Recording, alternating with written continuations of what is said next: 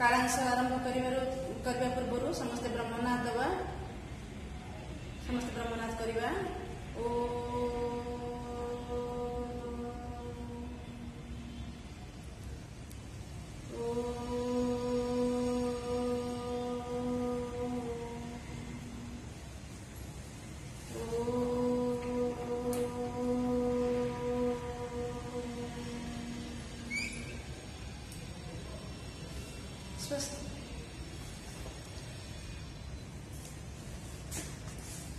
आज आम कामुख अनाई बंची कवितार शेष दुईटी पद को पढ़ा मन देखिए देखा प्रथम शीर्षक कामुख अनाई बंची कवितार शेष दुई पद मु पूर्व 8टी पद मध्य पूर्व आपण 6टी पद पढ़ी 6टी पद भितर आम अनेक किसी आम जापारे माता यशोदा बात्सल्य ममता श्रीकृष्ण प्रति बात्सल्य ममता किपरि माता यशोदा श्रीकृष्ण लालन पालन निजक नियोजित रखिते प्रतिटी कार्य से सहस्त्र करते वेशभूषा वेश परिपाटी आरंभ कर श्रीकृष्ण को अति जत्न सबकि सजाई दौले खाद्य खाद्य श्रीकृष्ण खाद्य रुचि थिला अनन्य माता यशोदा श्रीकृष्ण खाद्य प्रस्तुत करिबारे सारा दिन रे व्यस्त रहउथिले निज पुत्र को सजत्न से लालन पालन करते कन्हई एकमात्र संतान से जत्न एवं पुत्रर सब कथारे से पुत्र को सहयोग करते भयभीत हो छाई अनै श्रीकृष्ण डरी जो डरुले से माता यशोदा श्रीकृष्ण पाखे पाखे रोते यही आम एति पढ़ी बर्तमान आम देखा आउ शेष दुई पद देखा श्रीकृष्ण बर्तमान मथुरा अभिमुखे यात्रा करने प्रस्तुत होती तो माता यशोदा बात्सल्य ममता तो निश्चित कष्टदायक दुखदायक जंत्रणादायक अवस्था से पुत्र विभिन्न प्रकार माने बाल्यकाल सब सुमधुर स्मृति गुड़िक मन पकई मन पकई से विलाप कर कांदुंट तो बर्तमान देखा आम शेष दुई पद माता यशोदा बात्सल्य ममतार एक अंतिम वा शीर्ष पर्याय केमती पहुंची मु पढ़ुची दुई पद आपण मैंने बही देखु देखी चित्र पंथी नाना भयंकर मूर्ति भय जाऊ से घर पड़ाई एबे कंसपुर जीवु राक्षस मान देखिबु डरी काहाकु धरिबु जाई रे जीवधन माए बोली डाकी काहाकु साहाबाके आ बोली बापुरे जीवधन माए बोली डाकी काहाकु निशा काले मोर कोड़े सोई थाऊ श्रम बड़े स्वप्न रे देखी किस किस माँ बोली चमकी पड़ू कंठे दुई भुज भिड़ू पुणी सौ घोड़ी भोई बासरे जीवधन से कथा सुमरी मरी जीवी उठ बोली कापुरा किरे जीवधन से कथा सुमरी मरी जीवी शुणिले ना पिला माने ए शेष दुईटी पद श्रीकृष्ण शेष माने जो कामुख अनै बंची कवितार ए शेष दुईटी पद मुझे बुझेबी ता पूर्वर आम देखा यही दुई पदरे टिके छोट छोट किसी किसी शब्द रही जहाँकि आपण बुझे असुविधा किंबा मु बुझाई उचित मन करुच्ची देखा गोटे शब्द अच्छी कांथे देखी चित्र पंक्ति पंक्ति माने कौन जानते आप पंक्ति हूँ एक बहुवचन शब्द ये अच्छे पंक्ति पंक्ति माने बहुवचन शब्द जमी आम पर्वतमाला केशराजी नक्षत्र पुंज ये सब ঠিক সেইপରି ଚିତ୍ରପନ୍ତି ମାନେ ଚିତ୍ର ସମୂହ କାନ୍ଥରେ ନନ୍ଦରାଜାଙ୍କର ଘରେ କାନ୍ଥରେ ଯୋଉ ଚିତ୍ରପନ୍ତି ଶୋଭା ପାଉଥିଲା ସେଇ ଚିତ୍ରପନ୍ତି ମାନଙ୍କ ଭିତରେ କିଛି କିଛି ଭୟଙ୍କର ଚିତ୍ର ହଉଥିଲା ସେଇ ବିଷୟରେ ବର୍ଣ୍ଣନା କରାଯାଇଛି ବୁଝିଲେ। ତାପରେ ଆଉ ଗୋଟେ ଶବ୍ଦ ଅଛି କଂସପୁର।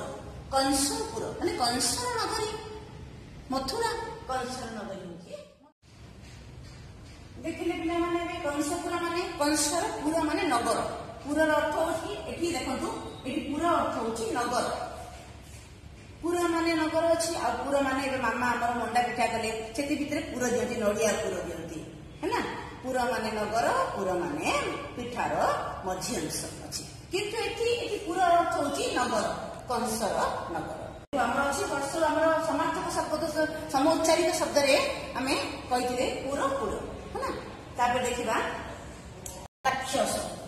ରାକ୍ଷସ ଦେଖିବାକୁ ସେମାନେ ଭୟଙ୍କର ସେ ଅସୁର ମାନ ଆପଣମାନେ ଦେଖିଥିବେ ଟିଭିରେ ଶ୍ରୀକୃଷ୍ଣ ସିରିଏଲ ଦେଖିଥିବେ ଆମର ମହାଭାରତ ସିରିଏଲ ରାମାୟଣ ସିରିଏଲରେ ରାକ୍ଷସ ମାନଙ୍କ ବହୁତ ରାକ୍ଷସ ଦେଖିଛେ ସେମାନଙ୍କ ଶରୀର କେତେ ନିକଟାଳ ଭୟଙ୍କର ସେମାନଙ୍କ ଶରୀର ଦେଖିଲେ ତ ଶ୍ରୀକୃଷ୍ଣଙ୍କୁ ଆମର ମାତା ଯଶୋଦା ସେଇ ରାକ୍ଷସ ମାନଙ୍କର ଭୟଙ୍କର ଶରୀର ବିଷୟରେ ବି କହିଛନ୍ତି।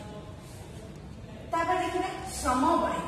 ସମବୟ ମାନେ ଖେଳି କୁଦିକିରି କ୍ଳାନ୍ତ ହେଇକି ଆସିବେ ଆପଣ ମାନେ ସ୍କୁଲରୁ ଗଲାବେଳେ କେମିତି ଝାଳ ହେଉଛନ୍ତି ତାକୁ କୁହାଯିବନି ସମବୟ ବୋଲି କୁହାଯିବନି।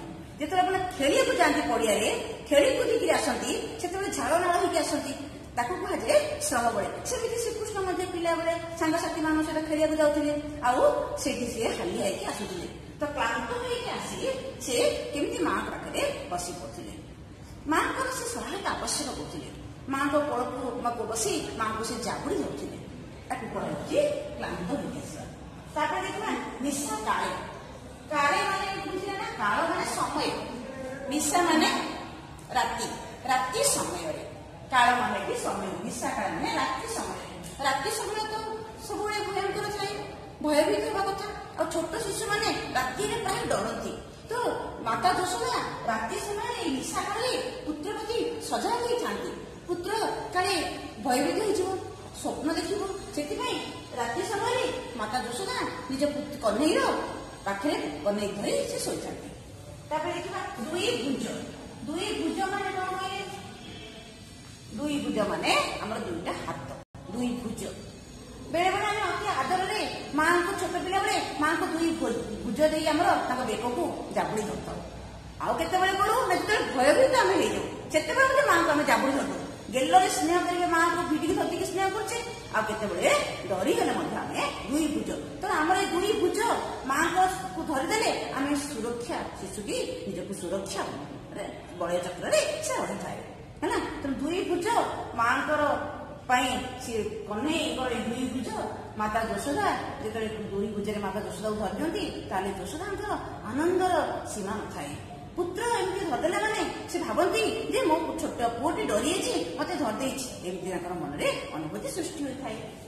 ସ୍ୱପ୍ନ ଦେଖନ୍ତୁ ଆମର କବିତାରେ ଅଛି ସ୍ୱପ୍ନ ସ୍ୱପ୍ନ ମାନେ ସ୍ୱପ୍ନ ରାତିରେ ଆମେ ଶୋଇଥିବା ସମୟରେ କେତେ କଥା ମନେ ପଡିଯାଉଛି ବା ଆମେ କଣ କଣ ଦେଖୁଛୁ ସ୍ୱପ୍ନରେ ସାଙ୍ଗମାନଙ୍କ ସହିତ କୁଆଡେ ଯାଉଛେ କଣ କରୁଛେ କିମ୍ବା କିଏ କଣ କହିଲା ବେଳେ ବେଳେ ଡରିଆ ସ୍ୱପ୍ନ ଦେଖୁଛେ ବେଳେ ବେଳେ ଭୂତ ସ୍ୱପ୍ନ ଦେଖୁଛେ ଡରି ଯାଉଛେ ବାଉଳି ହେଇଯାଉଛେ ସେଠି ଶ୍ରୀକୃଷ୍ଣ ମଧ୍ୟ ଆମ ଭଳି ସାଧାରଣ ବାଳକ ମାନଙ୍କ ଭଳି ସେ ମଧ୍ୟ ସ୍ୱପ୍ନ ଦେଖୁଥିଲେ ସେ ମଧ୍ୟ ବାଉଳି ହେଉଥିଲେ ଏଇ କଥା ତାଙ୍କର ସ୍ୱପ୍ନ ଦେଖିବା କଥା ମଧ୍ୟ ଆମ କବିତାରେ ବର୍ଣ୍ଣନା କରାଯାଇଛି। ପୁଣି ଦେଖିବା ଏ ସବୁ ସମୟରେ ଏ ସବୁ ଯାହା ପଢିଲି ସେଥିରେ ଯେ ମୋ କଂସପୁରକୁ ଗଲେ ଏ ଭୟଭୀତ ହେଇଯିବେ ଭୟଭୀତ ହେଇକିରି ଯେତେବେଳେ ସେ ସହାୟ ଆବଶ୍ୟକ କରିବେ ତ ସାହାର ଅର୍ଥ ହେଲା ସହାୟ। ସନ୍ତାନ ଯେତେବେଳେ ଅନ୍ୟ ନିଜକୁ ସୁରକ୍ଷିତ ନ ମିଳିଥାଏ ସେତେବେଳେ ସେ ସହାୟର ଆବଶ୍ୟକତା କରେ ଏବଂ ମାତା ହିଁ ଏକ ତା ପାଇଁ ସହାୟତା ପାଇଁ ଏକମାତ୍ର ସେ ପନ୍ଥା ଏହାକୁ ସେ ଅନୁଭବ କରିଥାଏ। এইভাবে ভাবে আমি দেখিলে এই দুই পদরে অল্প অল্প আমার অছি ক্লিষ্ট শব্দ তাকে আমি বুঝিপারে বর্তমান এবার মু যে দুই পদ সে দুই পদকে আপন মানুষ পাখে রখুছি দেখুন। বাল্যকালে ছাইকি অনেক শ্রীকৃষ্ণ ডরুলে তাপরে কোন করলে ଅନ୍ଧାର ବଦିକେ ଥର ରହୁଥିଲେ ଉଚ୍ଚ ପାବଚ୍ଛ ଉଠି ପାରୁନଥିଲେ ମଥୁରା ଅଭିମୁଖେ ଯାତ୍ରା କରିବା ପାଇଁ ଇଚ୍ଛୁକ ଶ୍ରୀକୃଷ୍ଣ ମଥୁରାରେ ହାତୀ ଘୋଡା ଏବଂ ରାକ୍ଷସ ମାନଙ୍କର ବିକଟାଳ ରୂପ ଦେଖିଲେ ଭୟଭୀତ ହୋଇଯିବେ। ଏଇ କଥା ମାତା ଯଶୋଦାଙ୍କୁ ଚିନ୍ତିତ କରିଛି। ଦେଖିବା ଏବେ କାନ୍ଥେ ଦେଖି ଚିତ୍ରପତି, ତ କାନ୍ଥରେ ଚିତ୍ର ପନ୍ତି ମାନେ ସମୂହ, ଚିତ୍ର ସମୂହ ଭିତରୁ ଯୋଉ ଯୋଉ ଚିତ୍ର ଗୁଡାକ ଭୟଙ୍କର ଥିବ, ସେ ଭୟଙ୍କର ଚିତ୍ର ଦେଖିଲେ ଶ୍ରୀକୃଷ୍ଣ କଣ କରୁଥିଲେ ନା ସେ ଘର ଛାଡିକି ଦୌଡ଼ିକି ପଳେଇ ଆସୁଥିଲେ, ମାଙ୍କୁ ସେ କୋଳ କରି ଜାବୁଡ଼ି ଧରୁଥିଲେ। ଆଉ କଂସପୁରରେ ଭୟଙ୍କର ରାକ୍ଷସ ମାନେ ଥିବେ, ତାଙ୍କୁ ଦେଖିବେ ତ କେମିତି ସେ ନିଜକୁ ସେମାନଙ୍କ ଠାରୁ ନିଜକୁ ରକ୍ଷା କରିବେ, ସେଥିରେ ତ ମା ଯଶୋଦା ସେଠି ନଥିବେ। ଏଇ ପ୍ରକାର ଭାବି ମାତା ଯଶୋଦା ବିଳାପ କରିଛନ୍ତି। ତାପରେ ଦେଖିବା ମାଏ ବୋଲି ଡାକିବୁ କାହାକୁ। ଦେଖନ୍ତୁ କେତେ ସୁନ୍ଦର ବାକ୍ୟଟି ଆମର କବି ବର୍ଣ୍ଣନା କରିଛନ୍ତି। ମାଏ ବୋଲି ଡାକିବୁ କାହାକୁ। ସନ୍ତାନର ମା ଡାକଟା ମା ପାଇଁ ସ୍ୱର୍ଗ ସମାନ ହୋଇଥାଏ।